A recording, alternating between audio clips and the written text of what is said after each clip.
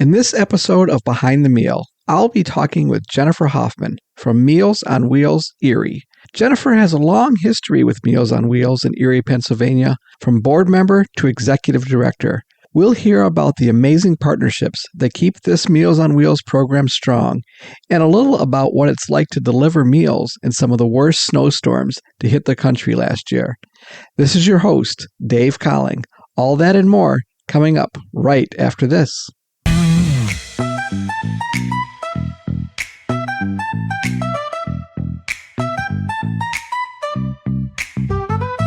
Hello, and welcome to Behind the Meal. Join me as we delve into the stories behind Meals on Wheels, meeting the incredible people who make it all happen. Welcome to Behind the Meal, where we discuss all things Meals on Wheels related. Today we have with us Jennifer Hoffman, Executive Director for Meals on Wheels Erie, where they serve the greater Erie, Pennsylvania area. Jennifer has a background in media, government, and nonprofit work, including sitting on the board of directors for 5 years at Meals on Wheels Erie before becoming the executive director. She sits on the board of several nonprofits and is a certified diamondologist, which I want to talk to her a little bit more about. Jennifer, welcome to Behind the Meal. Thanks, Dave. I'm happy to be here. Well, thank you. And that's a wonderful background you have too. I love that table back there. Mid-century. I love it. Yep, that's my favorite. Cool. Well, just to get us started a little bit, tell us a little bit about, give us kind of a brief overview of your Meals on Wheels program, who you're serving, what your community looks like, those kinds of things. Sure. We're here in Erie, Pennsylvania, and we are Meals on Wheels Erie, and we're the original Meals on Wheels in the Erie County area of Pennsylvania. We started in 1971 as a very small organization. Reverend Al Gessler was our founding director, and he knew that there were people in his congregation that really needed some help back in the early 70s, and hooked up with this burgeoning idea of Meals on Wheels, and we started from there. We became a nonprofit by 1979. We were recognized, everything, our own 501c3, and we've just continued from there, and we grew like crazy. We currently service almost the entire county of Erie. So we do an average of about 200 meals a day, and we deliver Monday through Friday.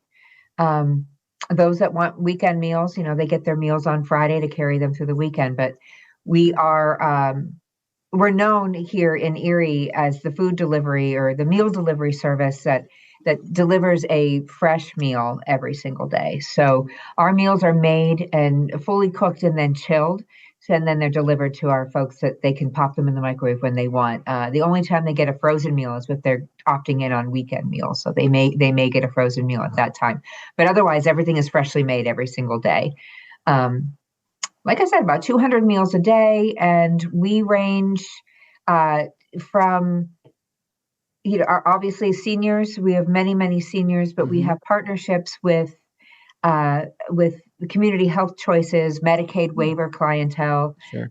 We are also partnered with the county. So we do handle some of the under 60 and permanently disabled folks in our community, get meals from us every single day. And one program that we started here about 6 years ago is the Veterans in Need program. And so that is for any veteran with an honorable discharge and a demonstrated need, regardless of their age. Although the average age of our veteran is 80, we do have a few that are in their 40s and 50s. They get a meal 7 days a week, 365 days a year, delivered by us at no charge. So that's what I'm out doing most of my fundraising and grant writing for, is to keep that program alive and thriving. That's what I was going to ask. So that program is funded in-house, the Veterans program. Okay. Yes, it is. I do get some help from the Pennsylvania Veterans Trust Fund, which is, for those of you that might be listening in Pennsylvania, when you renew your registration, your car registration, they ask you if you want to opt in at the $5 check. You check the $5 box and it will go towards veterans. That is the trust fund that does supply us with some money every single year. We've been lucky the past 3 years. They've been willing to supply almost half of the funding that we need to keep our current program running. That sounds great. Yeah, we Yeah, started in Minneapolis there. We started a veterans program just 2 years ago. And so great, great. we've been going pretty well. It's in its infancy still. So, but Mm-hmm. it's been great Yeah, to hear about other programs that are doing something similar. yeah, we're kind of hitting our stride with that program. I feel like it grows all the time. I do have a waiting list. That's kind of hard. The waiting list is Hmm. just about as long as as the number of veterans that I can assist. Right. But as soon as we get the funding for one more, we keep pulling them on and pulling them on, and we've actually had a lot of support too from the local VFWs. Okay. The local Elks Lodge has been incredibly generous. And the American Legions around town too have been generous with that. They're always real. They've got a friendly competition. I feel like they always want to know how many people are on the waiting list and how many, how Right. much can we give you to, do we have more than the American Legion? Do we have more than the Elks? That kind of thing.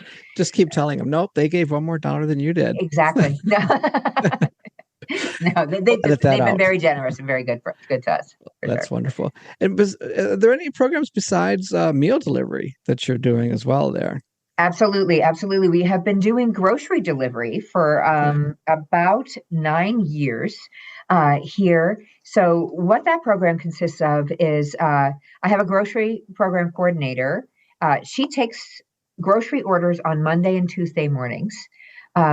And then we have volunteers that go out and shop Wednesday, Thursday, or Friday during the daylight hours to deliver at whatever groceries were ordered by our recipients. Hmm. So we are able to do that because we have a partnership with one of the larger chains here in our area is Giant Eagle. They're based actually in Pittsburgh, but we do have a partnership with them. So we shop at 4 different Giant Eagles here in the county area. And then there's Sanders Markets, which is in kind of our outlying small, outlying areas. They're a smaller regional Hmm. market as well. So should you go to, to Corey or Northeast, then Sanders Markets is where we are shopping. We have a partnership with them too. So we're able to do all of this, and we do charge a nominal $8 fee, service fee, for our volunteers to go out and do this program. And we kind of limit it to 20 items or 20 pounds. So I Okay. often ask people, I'm like, please don't get your kitty litter and your case of water at the same time if you can help it. We'll shop every single week for you, so let's spread it out. But we have a good stable of clientele that call every single week. We average about a dozen shops a week right now. It's been difficult. Groceries are more expensive. For sure. I was going to We ask about the increase over the past year, well, really over the past few years, Yeah, but yeah. We're getting we hear a lot that their lists are getting smaller or they're not shopping every single week. And we do, like I said, we have partnerships with 2 different grocery stores. They're sure. not the least expensive grocery stores in town either. So I mean, we don't have a partnership with Walmart or with Aldi, and I know that those are the types of things that people are kind of asking Hmm. about. So while we're exploring different options, currently right now we're shopping with the 2 that we have. Yeah, But you're out just getting the groceries as they order them, like a DoorDash almost. It sounds like just about. Yeah, it's not like a food shelf. Other programs I know will put a bag of groceries together from a food shelf or food pantry. right. But yeah, no, that's great. No, we're taking their orders on Mondays and Tuesdays early in the week, and then by the end of the week, we have got them shopped for and delivered. Okay. We've got a small staff here. We're kind of small but mighty, and there's 4 of us here in the office. 2 of us are full time, 2 are part time, and really, I can't say enough about my volunteers. The volunteers are the heartbeat Right. of this organization for sure. For We have sure. 135 very dedicated volunteers Wow. that are active. Whether they're driving routes for us, we do 15 routes a day, or they're out grocery shopping. And we have some that do both that cross over. But yeah, so our volunteers are great. They're great. They What's go out every week and shop, and It's interesting too when we talk about volunteers. What just I'm guessing it's probably similar to others. What's your average age of your volunteers? Is it Probably pretty close to the average age of the folks getting the meals. Just about. Yeah. Quite often, yeah. Because we do pick up our meals at 9 o'clock in the morning, from our contracted kitchen. You know, it's hard for folks that are working to do that. Hmm. I would say the majority of our volunteers are retired. Sure. So they are going to be about 60 plus there. I do have some volunteers that are in their 80s and they're still out delivering meals or grocery shopping, Wonderful. and it's amazing. You know, one of the things that I really would like to work on and that we're trying to pull together are corporate teams, Mm-hmm. appealing to some of the businesses in the community that, so many of the businesses, at least in Erie, they are encouraging their employees to get Sure. into the community and do community service work. Hmm. Um, so I would love to get some corporate teams together. You really only need like 8 people on that team, and 2 people would be out at a time. Maybe once a week to do a 2-hour route. That would alleviate a lot of pressure on my volunteer coordinator. Oh, yeah, that would for sure. What Yeah. what are some of the big corporations that are in Erie that you're looking at? Well, Erie Insurance is one of our largest Okay. employers in Erie, if not the largest employer in Erie. And they do so much for the community. I mean, I almost feel like they could even be, they're not overextended, I don't think, but they really are in the community doing a whole lot of work. WabTech is also here in Erie. That is a division of GE. So we build Oh, okay. locomotives here Hmm. in Erie. Um, there would be those are the two Well, largest, but we have got for a sure. lot of smaller other businesses around town that They, we, they we're got they got we're enough full of employees. colleges. We have 4 colleges that surround Erie pretty much. So Oh, okay. between Okay. Gannon and Gannon University, Hmm. Barron is a Penn State University division. There is Mercyhurst University and Edinburgh, which is now called Penn West University. So right surrounding the city of Erie, we've got a lot. So tapping into some of the college age kids too that come down.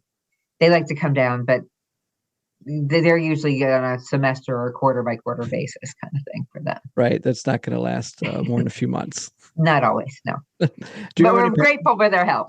for So, sure? Do you have partnerships with the colleges, like any kind of like formal partnerships with the colleges at all? Or not at this time. okay, No, we don't. We don't. just Although I curious. will say that there are a couple of sororities at Gannon and Penn Mm, West, fraternities as well, fraternal organizations through the sure. colleges that have been very generous, and they do some fundraising for us, and they will show Okay. up, and they show up on holidays, which is nice too. And they've Mm, crafted or made some little gifts for our recipients, so that's nice to hear from them. good. Well, what brought you to Meals on Wheels? I know we mentioned in the introduction you were on the board for Hmm. years before that, before you were executive director. So you were on the board, I assume, through COVID. Yes. And so you got to see all of that and part of that. But what brought Right. you to the board and then to the position you're in now? Well, I was I had been working in media and left there and was working and was thinking about transitioning into some government work. I did a lot of Hmm. economic development and business development work with local city government here in Erie Okay. for a few years. And actually, you know, I knew of Meals on Wheels. Everybody kind of knows the Meals on Wheels name, Right. Right. and has a kind of an idea of what they do. But a good friend of mine actually was at this organization before she retired, and she just talked a lot about it. And when a board position came available, I was looking for a way to give back and to do some community service work myself. Hmm. Um, some like volunteer management things. I had time, so I applied to be a part of the board. And from there, just kind of fell in love with the mission. Yeah. It's really at the end of the day, whether I was a board member or now that I'm here every single day, making sure that people are fed and not just getting a meal, but actually getting some human connection. Yes. I just, I knew this was kind of where I wanted to be. So when the executive director's position opened up, I jumped at the chance to apply. You know, this is the first and only job that I have ever been to work way early, way before I had to be, and I stay later than I need to be, and I'm never once feeling like it's Yeah. unhappy. I'm never once feeling like it's not a good use of my time. So Right. Well, I it's not a really love job it if you here. love it, right? Right, right, right. But it helps to pay the bills too. Well, that's of course, that goes without saying, but but Right, right. really, I know it sounds so corny, but it's just something Mhm. that this is where I'm supposed to be. I feel like. Well, it's a common thread, I think, for folks Hmm. with Meals on Wheels programs, board members, Hmm. employees, volunteers. It's like a drug once you start. It's hard to move on. You just want Right, to do more. right. I'm here all the time. Like I said, I'm the first one here. I'm the last one to leave usually, and it's just, Yeah. yeah. I feel Well, like I go home every day feeling like I did something to be proud of. right. I like it. Well, I'm sure once in a while you have volunteers that maybe don't show up or something. You have to get out Sure. yourself and Hmm. make a delivery or two or three. Yeah. You know what? And I like that part too. That's not even that bad. Oh yeah, Um, get out of the office I for a mean, minute. I wouldn't be able to do it every single day, but Hmm. occasionally, yeah, there are times when a last minute cancellation comes through for a volunteer. We understand that happens. And one of us, either, my volunteer coordinator, I could head on out and deliver meals. But it's kind of a nice break. And it's a nice reminder of why we're doing what we're doing too, Right, and I right. know that it's, like I said, our recipients don't always see a lot of people. Sometimes it's just Hmm. us that they see every day. Hmm. I'm sure it's the same where you're at as Yeah. well. So sometimes when they see a new face, it's exciting for them too. And then, and There's not a whole bunch of stories they haven't told to you yet. right. Exactly. Exactly. And then, I'll introduce myself, and a lot of them know, like I said, we're a small staff here. So when they Hmm. call in, I've talked to them on the phone. They know who I am. They know that I'm at least the executive director, and they're like, "Oh my goodness," "Oh, like it's a big deal for me to be there." And For but sure. I absolutely love it. I love going out and chit chatting and getting it done. And it's Hmm. like I said, I can't do it every day, but when I get the chance to go Yeah, out and deliver, I mean, I make a plan to do it at least once a quarter. But yeah, whenever I can get to chance to do it, I go. that's wonderful. Are there any good? Pretty much everybody's got some good stories about a delivery story. Some are happy, some not so much. But Uh-huh. especially in our colder climates like ours, there's always something in the way. Those check-ins are really important. But Yes. any kind of any stories between some seniors that you've met and that have kind of stuck with you over the years? Sure. Sure. Well, we just had Snowmageddon here over Thanksgiving in Erie. I think Yeah, we for the second time in like 5 years, we were the snowiest city in the country or the world or whatever. right. Um, but yeah, just this past Thanksgiving, we were hit with a really, really bad snowstorm, and it's we had what we call Big Food Day on Wednesday Hmm. before Thanksgiving because we were off then for the weekend, Thursday, Friday. So Right. they got 5 or 6 meals actually through there to do that, and the snow was so terrible on Monday that it was impossible for us to get out.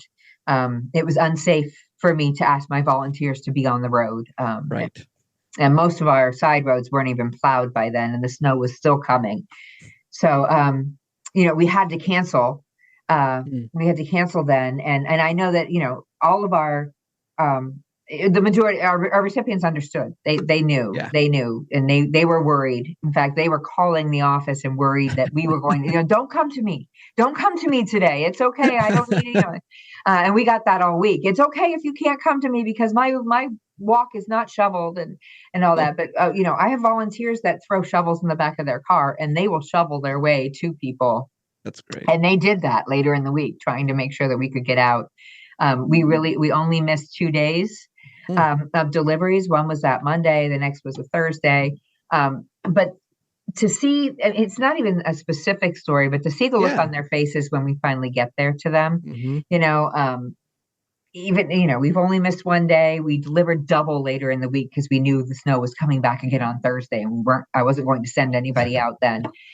Right. So, A little but just the pre-planning. look on their face and their, and all of that, just, it really Yeah. just, it just warms your heart. It makes me Just feel like, like you like, said, you get to go home knowing you did some good in the community that day. exactly. And there are so many people when they answer the door and that, you know, their face lights up when they see you.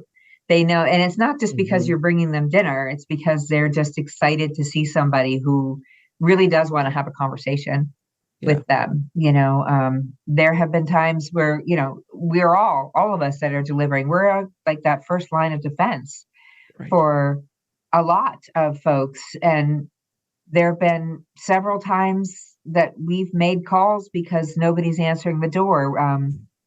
We've found people who have fallen and have been laying Yeah. there for a day, and called 911, called emergency contacts, all of Hmm. that. Keeping track of them while they're in the hospital, even, making sure that they, especially those that don't have any family, Right. They calling need them to at know the when they get back hospital, home checking too. in, Yeah. making sure that things are good. We had one recipient who did fall, and Mm.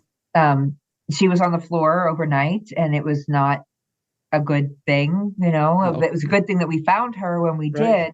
did. But my volunteer actually took her dog home with them and Oh. kept her dog for a week Okay. until we could figure out what the plan was going to be for her. No. Um, that's how But invested. yeah, Yeah, that's the more than a meal part of the work we do. exactly. And Exactly. people forget about some of that. Sometimes I think people don't realize it's so much more than just that meal delivery. It truly is. You know, It truly is. well, Yeah. I know in Erie, the county can be is a little economically challenged compared to Yep. some other parts of the country. What kind of challenges does that bring for Meals on Wheels? Um, the need is so great Yeah. that, I mean, my waiting list is, my private pay program is thriving. It's fine. Hmm. But when I look at, especially the program for those that are under 60 and permanently disabled, it Sure. is funded through the county, and that's with Human Service Development Fund money, which ultimately comes from HUD, Hmm. federal HUD money. So, there are income limitations on that. There is, they are not able to work outside the home. There's a lot of strictness that comes with this program. Right. Um, and I would say the average monthly income for the people on this program, quite honestly, is $700 to $800 a month. Wow. Yeah, yeah, and it's very concentrated. Many of them live in the downtown high-rise areas. Hmm. Um, but that waiting list is double what I have the capacity to help. As far as Right. my funding goes. Right. Um, so that's been difficult for us. The need is great, and I know that when I'm not the only Meals on Wheels in Erie, I'm not the area agency on aging. Sure. Uh, there is an organization named GCAC that is the area agency on aging, and so they are the ones that are doing the free meals for seniors. Right. They're doing the And Title III, and yeah. exactly, they do all of that, and I know that their waiting list is two is 2-3 deep themselves as well. So um, it's there's more need than we as two organizations have the capacity to handle. So we do the best that we can with Hmm. what we have, and try and make sure that I mean, often we have extra meals, so I send them out with in certain routes with people so that I can say, like, hey, I've got like 3 or 4 extra meals today. Yeah. Please give them to somebody who needs it, and we never have any problem, I'm sure. getting rid of extra meals. They were because there are people who hang out in the lobby because they know we're coming, and so Hmm. you come back down, and I will come down with my coolers where I had carried up everything that I had to deliver, and there are people in the lobby going, "Hey, you have anything today?" And either I do or I don't, or the volunteer does or doesn't, and Right. and it's kind of a sad day when you don't, because they're just waiting and hoping that you've got something that they can, so they can have a meal that day. Sure. When they call you, tell you that they're rationing a Oh, package of crackers. That's kind of it's kind that of hurts you. heartbreaking. Yeah. Yeah. Are you making the meals in-house there? Or are you getting them catered? How does that work for you? We have contracted with a senior living center here in Erie, LECOM, which is a complete health system. It's the Lake Erie College of Osteopathic Medicine. They have they have the college. They have a dental school here in Erie. They also have a hospital organization. I go, what is the word I'm looking for? But it's either, they have a hospital system. They have a hospital system that has a senior living high rise that's right next to their hospital, their teaching hospital as well. So we've contracted with the senior living center with their kitchen. So all of our meals that way have been designed by nutritionists and dietitians, and it's the exact same thing that they're feeding their seniors at the senior living center. So we contract with them, and that's where we pick up our meals every single day. And they're actually they're good. They're tasty. We're happy with the quality. I would eat it. I'm happy with the quality. It's everything from pot roast to today there was turkey and stuffing and the fixings. And, you name it. There's pepper steak. They do some chicken tenders. There's fried fish. There's, meatballs, all kinds of stuff. So runs the gamut. And we're able to accommodate diabetic meals, renal meals, some soft foods.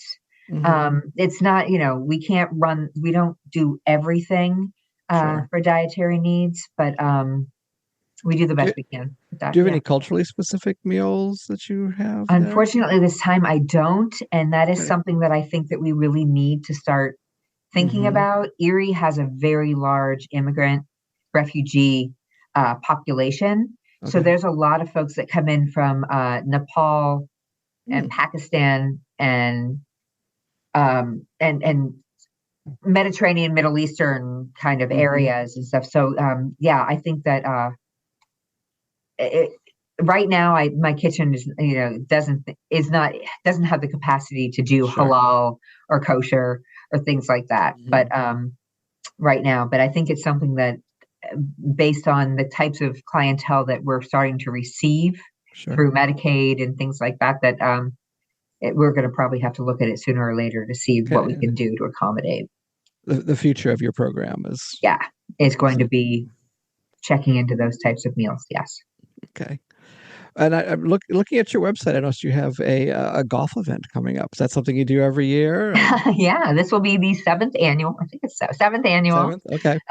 Take a swing against hunger golf tournament. It's the Monday after Labor Day, so it's September 8th this year. We have a good time. It is it's at the Beechwood Golf Course in Fairview, Pennsylvania. It's a fun day. It is kind of a low key, more casual golf event. It's not it's not real fancy schmancy buttoned up kind of, golf event, but it is a lot of fun. We have prizes, games and prizes all day throughout that. We do a great breakfast, beverage cart circles the course all day. And we have a steak dinner at the end with all the prizes and everything get handed out. So it is, it's one of the only fundraisers like that we do currently during the year, and all of the proceeds benefit our Veterans in Need program so that we can feed more veterans. Oh, that's wonderful. And look, the other thing I saw on your website, I was wondering about with this Erie Gives Day. It looks like it's coming up as well. What does that, and is that kind of more nonprofits involved with that? Is it? Every nonprofit in Erie is involved with that. It's run by the Erie Community Foundation. So that is a foundation that a lot of people have put their endowments in. folks have their own investment accounts with them, with the thought of being able to disperse this to some of the nonprofits in town. So I don't even have a number for you for how many nonprofits there truly are that are involved with it, but it is one day a year, from midnight to midnight, that they do this push where anyone can donate to the Erie County Foundation or the Erie Community Foundation Hmm. and designate which nonprofit they want to receive money. And they can do as little as $25 and all the way up to millions, however much they would like to give. And it Okay. is an opportunity for us as nonprofits, to talk more about what we're doing. They give Sure. us a great online platform to do that, so that people from across the country really are that expats from Erie are able to give back to their community here, should they want to. And it is one of the biggest fundraising events of the year for many nonprofits here in town. And we generally do pretty well. We get a nice chunk of operating change from that. um, and we're always very I'm sure it's thankful, very, very I'm sure it's thankful a for busy the day. community. I think Yeah. last year they raised over $6 million Wow. during Erie Gives Day for six. I think it was $6 million last year that spread across a bunch, hundreds of nonprofits. Oh, wow. That's So, fantastic. I'm sure it's a busy day for you and mhm. planning and a lot of social media behind Yeah, that, I'm yes, sure. everything leading up to it is all the thing. And once the day starts, there's nothing. You just Right. kind of sit back and you It's just what it you just is. hope that you've touched the right people and that they remember you when they get to the board there, and Uh, start tagging in their numbers and who they want to give to. for Um, sure. there's a leaderboard, so we're watching the leaderboard all the time. We always end up in the top third, so That's I'm proud to perfect. say that. But we're the top. Yeah, we just can't beat out with those the animal shelters. Oh, The yeah. puppies get all the money, but They do but they make good. also need it. So it's That's good everybody. social media. Puppies and kittens and yeah. Yeah, exactly. Do you have any other annual events? Maybe not fundraising events, but just awareness events, things like that that you're working with yourself or partners? We do attend. We're coming into season to senior health fair season. Oh, sure. So that usually starts up in May and it goes through early October. So we are at every senior health fair event in the area that we can get to, visiting, whether they're at senior apartment complexes Hmm. or our local government officials, our state representatives and things. They always have them too, Okay. and they're huge. So we're out there all the time. We're talking about how easy it is to volunteer for those seniors that are coming that are still, because most of them Able will walk by and like, oh, I don't need you yet, and I'm like, no, but I need you. I need So you, why don't you right? talk to me? And For we've sure. recruited a lot of volunteers that way. That's Um, great. and yeah, so every chance we get, we're at any event Hmm. that might be able to allow us to spread our word, spread the good word. This is Right. what we do, this is how we can help, and this is how you can help us. So Well, is yeah. there any, wrapping up a little bit here, Mhm. is there anything that kind of you wish more people knew about the impact of either Meals and Wheels of Erie or just Meals and Wheels in general? Maybe some misconceptions out there that you hear once in a while from folks. Yeah. um I really wish that people understood the um the depth and the breadth of loneliness and Yeah, the effects. It's not just that somebody doesn't have a decent dinner every single day. It's right. it's really that social connection, that human connection, that means just as much as a decent meal. I think that people don't understand how many of us how many in their own community, no matter where you're living, how many people are really starving for that kind of connection. Um, Hmm. and that it doesn't take a lot or a long time to do something that makes somebody's day a little bit better. Yeah, yeah. It's a small kindness. 2 hours out of your week. If you could do a route every single week, but just a couple of hours is all it takes, and you will have touched so many lives and made so many people feel better that day, just by spreading a little bit of kindness. For sure. And that's what I really wish. It's not just knocking and dropping a meal at somebody, to somebody and saying, hey, whatever. It's not, we do so much more than that. And it is so necessary. Well, and your stories earlier really show that as well. So, Yeah. well, good. If folks want to get more information on your program, or maybe they want to write a check or give some money, who knows, but volunteer, whatever it is, what's the best places to do that? The best place to find us is at mealsonwheelserie.org. Mm-hmm. That will kind of, I'm in the process of redoing the website, so it will be new and exciting very soon. But that is the best place to find. You are able to donate there. You are able to get information about our programs there, and we welcome your phone calls too. We're here every day. So 814-452-6930. We are happy to talk more about what we do, and how we could use your help in any way, whether it's volunteering or how we can help you by getting you some food, and maybe making some connections for you. If it's something that we can't handle, through my connections, my past connections in government and media and Right. everything, we're more than happy to try to connect you with organizations or things that will help you if it's not something that we can handle ourselves. Well, great. Well, again, and thank you for your time today, and especially thank you for all the work you're doing and upcoming work I'm sure you'll be doing in the future here, and as the landscape changes everywhere for us right now, and not just for Meals on Wheels programs, but for all the seniors we serve too. Absolutely, Dave. I'm thrilled to be here. Thank you for inviting me. I'm happy to be a part of this. That wraps up our episode of Behind the Meal.